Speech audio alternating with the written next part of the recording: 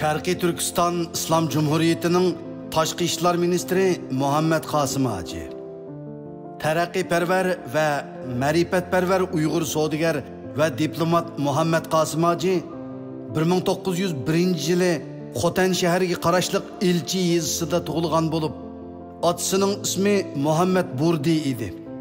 Uning otasi shaharning mo'tavarlaridan biri bo'lib, yüz obro'yliq va nopozliq boy kishi edi. Chunki uning nurg'un yer zimini va ro'naq tepayotgan tijorati bor edi. Uning ustiga ayni chog'dagi hokimiyat organlarida alohida imtiyozliq so'zi ilik ilinadigan odam edi. Uning diniy va tijorat sohalarining har qaysi qatlamlarida yaqin yo'riqlari va hamkorlashuvchilari bor bo'lib, Hindiston, G'arbiy Turkiston va Xitoy qatorliq qo'shni chet ellardimi nomi bor kishi edi.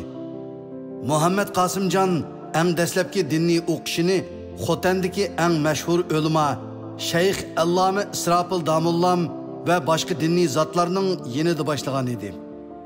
Tarix, jug'rofiya, matematika qatorliq turli fanniy ilmlarni 20-asrning dastlabki yarmida bosmichi deb tutish buyrug'i chiqarilib, Anjondan Xotan shahriga hijrat qilib kelgan Farg'ona ulamolaridan biri bo'lgan fazilatli shayx Xol Muhammad Qoridan o'rgangan edi.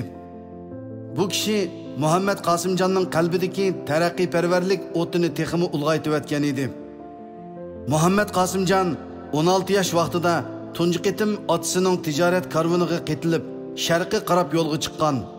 U Urumchi shahriga borganda Kuchar turmisidan yangi yo'tkab kelingan Ahmad Kamol bilan uchrashib qolgan va uningdan ona vatani taqdirdosh ellarning muhim umumiy ma'lumotlarini egallagandan sirt har qaysi davlatlarning vaziyatiga munosabatlik ahvollardan xabardor bo'lgan.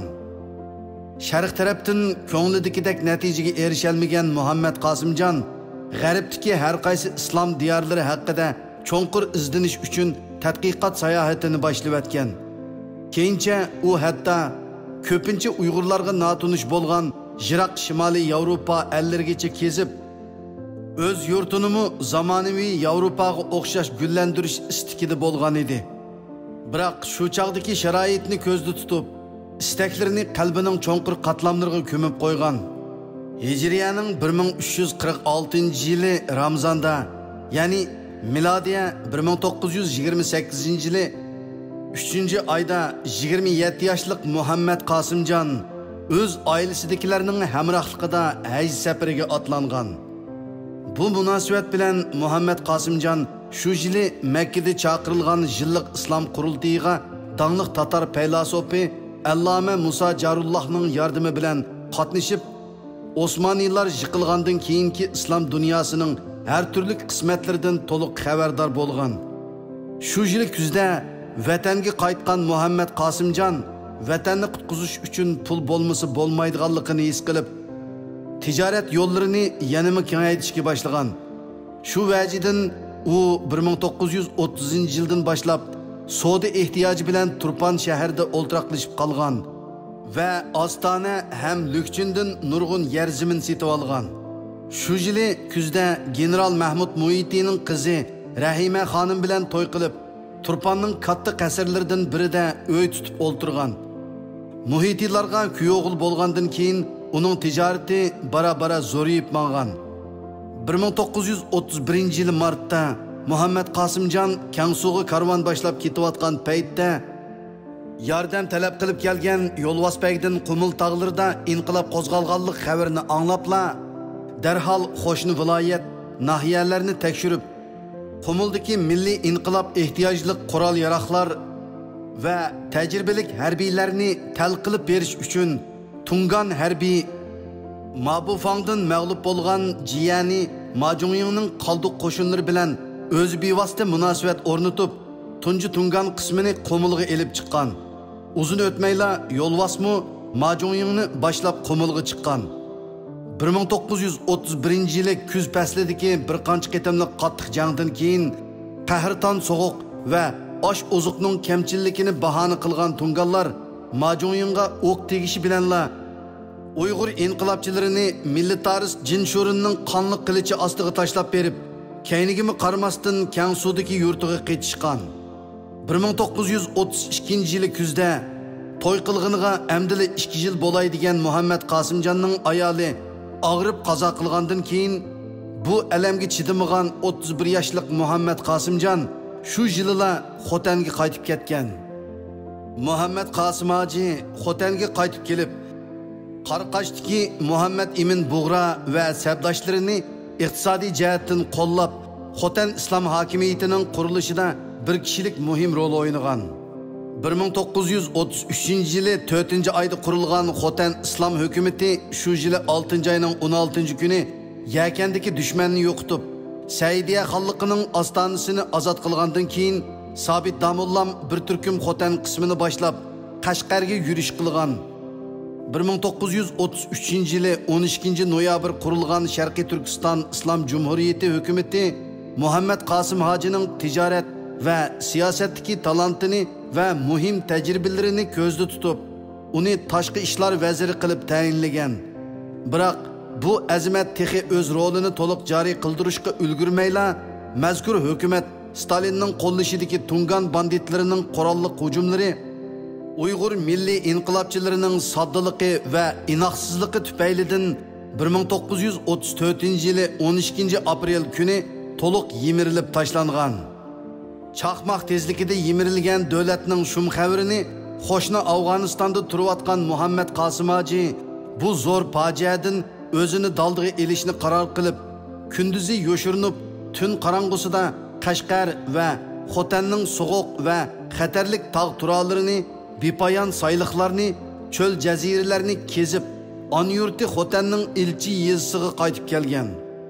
Chunki u bir qitimliq mag'lubiyat bilanla bel qo'yib etishni xohlamaydi. Shunga dushman bilan adoqchi elishib ko'rish uchun yurtiga qaytib kelgan edi. Tolumu afsuski bu qitimmi Uyg'ur xalqiga talay nisib bo'lmadi. Chunki Stalin Qashqarni tortib olish bilanla bo'ldi qilmasdan texmi azvaylab Xotandagi eng oxirgi milliy mustaqillik kuchlarini to'liq tozalab etishni qaror qilgan edi. Shu vajidan kuchlik orqa teriki bor dushmanga o'z yolg'iz taqobil tura olmagan Muhammad Emin Bug'ra Hazrat qatorliq milliy inqilob sarkillari kurashni chet elda davomlashtirish uchun qo'shni Kashmirga chekinishni qaror qilgan. Muhammad Qosim hoji plan bo'yicha hammaylarni yo'lga selib, o'zi hammadan keyin safarga otlanmoqchi bo'lgan. Muhammad Qosimjon 1934-yili kuzda Angliyaga qarashliq Hindistonga hijrat qilib, hozirgi Pokistonga qarashliq muhim port shahri bo'lgan Karachi shahrida o'ltiraqlashgan. 1947-yili Angliya o'zining 99 yillik bevosita ishg'oliyatidan voz kechib, Hindistondan chekinib chiqqandan keyin Janubiy Osiyo cho'nquruqligida g'oyat zo'r davolg'ush yuz berib, musulmonlar va hindilar orasida turli to'qinishlar kelib chiqqan. Shonashqa vatanini qutqizish uchun hayot qilish va kuchlik bo'lish lozimligini ta'kidlaydigan Muhammad Qosim hoji Karachidan yiroq arab diyorlariga ko'chib yurib, eng oxirida Misrda xeli bir mezgil turib qolgan. Chunki shu chog'larda Misr arab allari ichidagi harbiy va siyosiy kuchlik davlat edi. Biroq 1967-yildagi 6 kunlik urushda Misrni o'z ichiga olgan arab allari Isroiliya tarafidan qattiq mag'lub qilinib, Misr hukumati xalq tarafidan qattiq ayblangandan keyin davlat ichidagi ishki noroziliklarni tugutish va diqqatni boshqa yerga burash uchun bir maydon cho'ng tozalash harakati boshlangan. Mazkur harakat Uyg'ur muhojirlariga qattiq ziyon solgandan sirt, yana bir qism Uyg'ur mo'tavarlarini nazarband ostida yashashga majbur qilgan. Shonashqa Muhammad Qosim hoji Misrdan ko'chib ketib, Saudiya Arabistonda o'ltiraqlashgan. Biroq 1975-yil bahorda Podshoh Faysal suiqasd bilan o'ldirilgandan keyin uning bilan bevosita quyuq va yaqin munosabat qurgan Uyg'urlardan Qarqashliq Muhammad Niyoz Mavlaviy bilan Muhammad Qosim hoji qatorliqlarning kuni taslashgan. Gerçi Muhammad Qosim hojining Karachiga qaytib kelgusi bo'lsa-mu, lekin shu chog'dagi Pokiston hokimiyati tarixdagi eng xitoyparast hokimiyat bo'lg'ashqa qaytib ketishga imkoniyat bo'lmagan. Baxtga yarasha 1977 yili 4-iyul Pokistondagi general Ziyaul Haq harbiy o'zgarish qo'zg'ab Xitoyparast Zulfiqar Ali Bottoni og'dirib tashlagan. Botto 1976 yili 5-oyda jantalishib yotgan va Zuanidan qolgan Mao Zedong bilan ko'rishib, Mao o'lishdan burun uning bilan ko'rishgan eng oxirgi chet el rahbari bo'lib qolgan edi. Bundaq foydali vaziyatda Muhammad Qasim Hoji qatorliq bir qism Uyg'ur muhojirlar har qaysi arab ellari va Turkiyadan Pokistonga ko'chib kelishga boshlab, Ziyaul Haqning qo'llashida tijoratini qaytadan boshlab olgan. Muhammad Qasim Hoji 1965 yili 14-iyun Sabdishi Muhammad Emin Bug'ra apandi vafot bo'lgandan keyin ona vatanida boshlangan atalmış madaniyat zo'r inqilobi yuz bergan 10 yil jarayonida yuragi og'ir darajada zaxmlangan edi.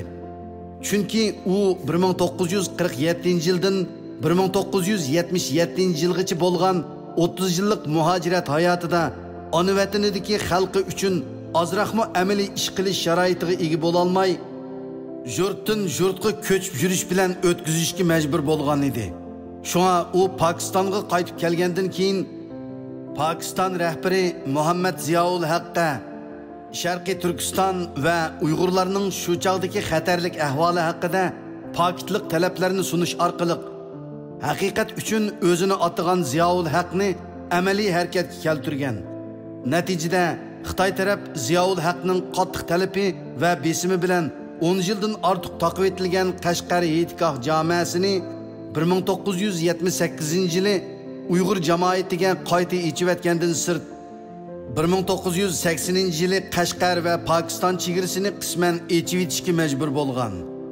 Ziyaul Haq hatto 1983 yili o'z bevosita chegaraga yetib berib, Sharqiy Turkistondan haj qilishga otlangan tunji turkum hojilarni qizg'in kutib olib, Uyg'urlarda cho'nqur ta'sir qoldirgan. To'limu afsuski Muhammad Emin Bug'ra hayot chog'larda ravon ingliz tilida Uyg'urlarning chet elda turishliq ovozi bo'lgan. Pokistonni Uyg'urlarning ikkinchi ona vatani qilib chiqmoqchi bo'lgan Muhammad Qasim Hoji Hijriya 1404-yili Ramzonning 23-kuni juma, milodiya 1984-yili 6-oyning 22-kuni orzularga yetmay turibla vaqtsiz vafot bo'lib ketgan. Shunda qilib shahidona Xotanda apridi bo'lib, ömrünün oldingi chorak asrini shahar ko'rish va tajriba to'plash bilan, ikkinchi chorakini qurolliq kurash bilan, uchinchi chorakini vatan sirtida putirab turish va qayta tirilishga urinish bilan, oxirgi 7 yillik ömrini ulug' arzu armonlar ichida o'tkazgan bu milliy inqilobchi va donliq savdogar Muhammad Qasim Hojining yuragi ona yurtidan yiroq Karachi shahrida so'qishdan to'xtagan. Pokiston orqali hajga mangan barliq Uyg'ur hojilari Karachidan ayrilishdan burun Muhammad Qasim Hojining ro'yiga duo qilib, qabrisini yo'qlashni odat qilgan edi. Pokiston taraf 2006 yili Uyg'ur hojilarga haj vizasi berishni to'xtatgandan beri bu xil odat asta-asta suslashib, 2016 yilga kelganda butunlay yo'qolgan.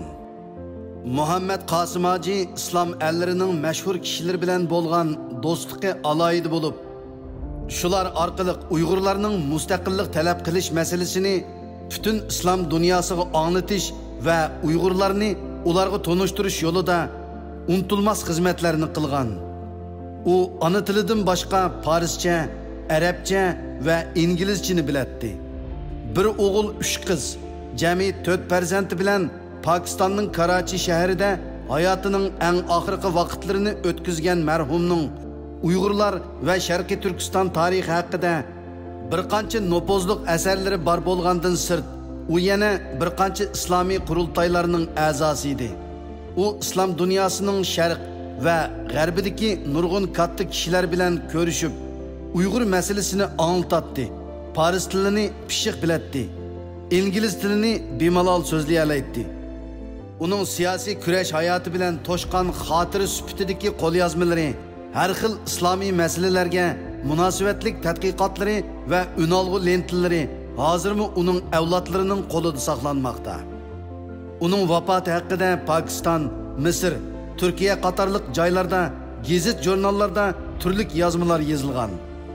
Bularning ichida uning yaxshi ish faoliyatlarini tonishtirib, fazilatini madhiylaydigan, butun hayotini elib borgan kurashlarini xotirlaydigan marsiyalar, qasidalar bor edi. Uning varislari bo'lgan bir o'g'il, 3 qizining har biri o'z qobiliyatiga yarasha Uyg'urlar va boshqa taqdirdosh xalqlarning haqqoniy kurashlarga yordam berish yo'lida tirishib xizmat qilish bilan birga dadasining eng yaxshi izbosarlari bo'lib, uning xizmatini davomlashtirish uchun tinimsiz tirishchanlik ko'rsatmoqda.